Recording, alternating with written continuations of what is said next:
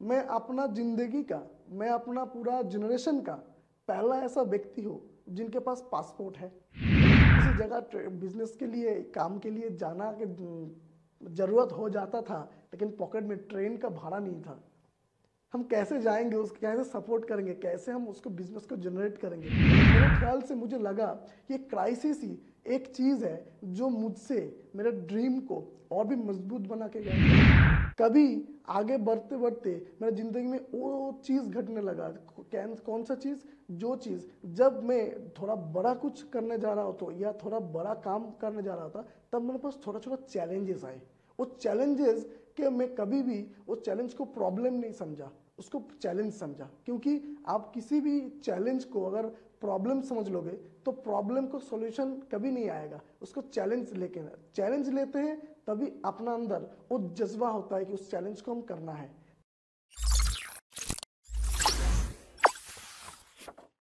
Good morning, myself Rana Ghosh from West Bengal. आज हम जिस मंच पे खड़े हैं, direct selling now fame talks, ये डायरेक्ट सेलिंग है मेरी जान। पहले मैं उनका शुक्रिया तो करना चाहूँगा इसलिए ताकि हम लोगों को कुछ बोलने का मौका मिला। और सभी से मैं बोलना चाहूँगा, डायरेक्ट सेलिंग के आज के दिन में जो चैनल्स जो सभी के पास इसको पवित्र करने के लिए और सही खबर उनको पहुंचाने के लिए इतना ज़बरदस्त काम कर रहे हैं, मैं सभी को बोलूँगा उनको चैनल्स को सब्सक्राइब करने के लिए और उनको फॉलो करने के लिए, ताकि हम सभी को वो सही इन्फॉर्मेशन सही टाइम पे मिले। इसके लिए थैंक यू। आज मुझे मौका मिला थोड़ा मेरे एक्सपीरियंस को शेयर करने के लिए। जैसे कैसे एक साधारण परिवार से उठ के एक असाधारण जगह में हम जा सकते हैं या हम पहुँचे, इसका थोड़ा बहुत स्टोरी में आपको शेयर करने वाला हूँ। अगर मैं अपने बारे में बोलना चाहूँगा, अभी 10 साल कंप्लीट हो गया है इस इंडस्ट्री में देखते देखते 2022 में। लेकिन अगर मैं अपने बारे में बोलना चाहूँगा तो मुझे थोड़ा मेरा चाइल्डहुड के बारे में से बोलने से आपको सही वातावरण मिलेगा कि कैसे किस जगह से मैं उठ के आया। जब हमने शुरू किया था, अपना लाइफ शुरू हुआ था, 2 साल उम्र था मेरा, तब मेरे मम्मी और पिताजी गांव से शहर आया था कि बेटे को कुछ करवाना है, अच्छा शिक्षा देना है, अच्छा कुछ ऐसा सोच के उन्होंने गांव से मुझे लेके शहर आया था। लेकिन तब उनका सैलरी था, पिताजी का जो अर्निंग करते थे 1500 रुपीज़, मतलब 1500 रुपीज़। बात तब तो मैं बहुत छोटा था, मुझे इसका पता भी नहीं है, तो चल पाता है कि 1500 क्या होता है नहीं होता है। बाद में जब पिताजी से बात होता था तब मुझे पता चला कि उनका सैलरी था 1500 रुपीज़। तो मैं आपको ये चीज़ इसलिए बोल रहा हूँ ताकि उस जगह से हम उठ के आए हैं और धीरे धीरे हम उन स्ट्रगल को देखे हैं, कैसे एक गरीब परिवार से पालन करके, गरीब परिवार से सही एजुकेशन देके हम लोगों को एक बेहतर जिंदगी में लेके जा सकते हैं। पहले जो गुरु बोल सकते हैं मेरे लाइफ में, मेरा माँ और पिताजी दोनों मिलके वो शिक्षा हमको प्रोवाइड किए, ताकि हम उस मुकाम पे जाने के लिए किसी भी जगह से अगर चाहे तो उठ के आ सकते हैं। तो इस चीज़ को पहले दिन से मेरे अंदर थे। लेकिन कहीं ना कहीं क्या होता है, हम लोग पढ़ाई तो कर चुके हैं, हम तो, लेकिन सही प्लेटफॉर्म नहीं मिलते हम लोगों को बहुत सारे टाइम पे। लेकिन क्या हुआ, मेरे ज़िंदगी में अचानक एक दोस्त का रूप में, एक दोस्त एक दिन पढ़ाई करने जा रहे थे शाम को, तो दोस्त मिला और मुझे बोला कि तब मैं कॉलेज फर्स्ट ईयर में पढ़ाई कर रहा था, तो बोला कि पढ़ाई के साथ कुछ करना चाहता है। तो हम बोले कि हाँ क्यों नहीं करना चाहेंगे, लेकिन अभी तो पढ़ाई कर रहे हैं।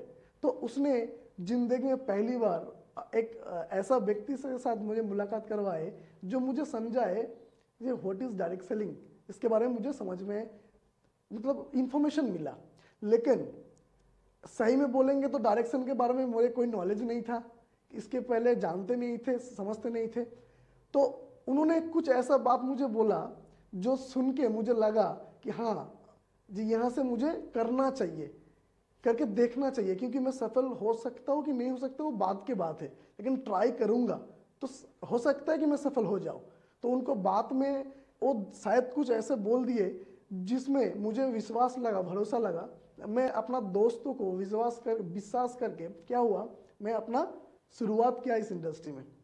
जब शुरुआत किए तब आसपास का जो लोग थे, हम सोचे कि हाँ वो हमको मदद करेंगे या वो हमको सपोर्ट करेंगे, लेकिन सच बताऊँ आपको, शुरुआत में हम जिसके ऊपर ज़्यादा भरोसा किए, जे हाँ ये मेरे साथ आ सकते या ये मेरे सपोर्ट करेंगे, या सबसे क्लोज जो रिश्तेदार था जो एक्चुअली सही टाइम पे उनको हम लोगों के पास में खड़ा होना चाहिए, उन लोगों को खड़ा नहीं हुए। उल्टा उन लोग क्या किए, जो हम उनको अप्रोच किए या उनको इस इंडस्ट्री के बारे में जब बताए तो उन्होंने क्या किया, उन्होंने मुझे और भी डीमोटिवेट कर दिया कि ए कोई करता है क्या, नहीं करोगे, ये अच्छा नहीं है, ऐसे सा हमको क्या किया इन्फॉर्मेशन देते रहे।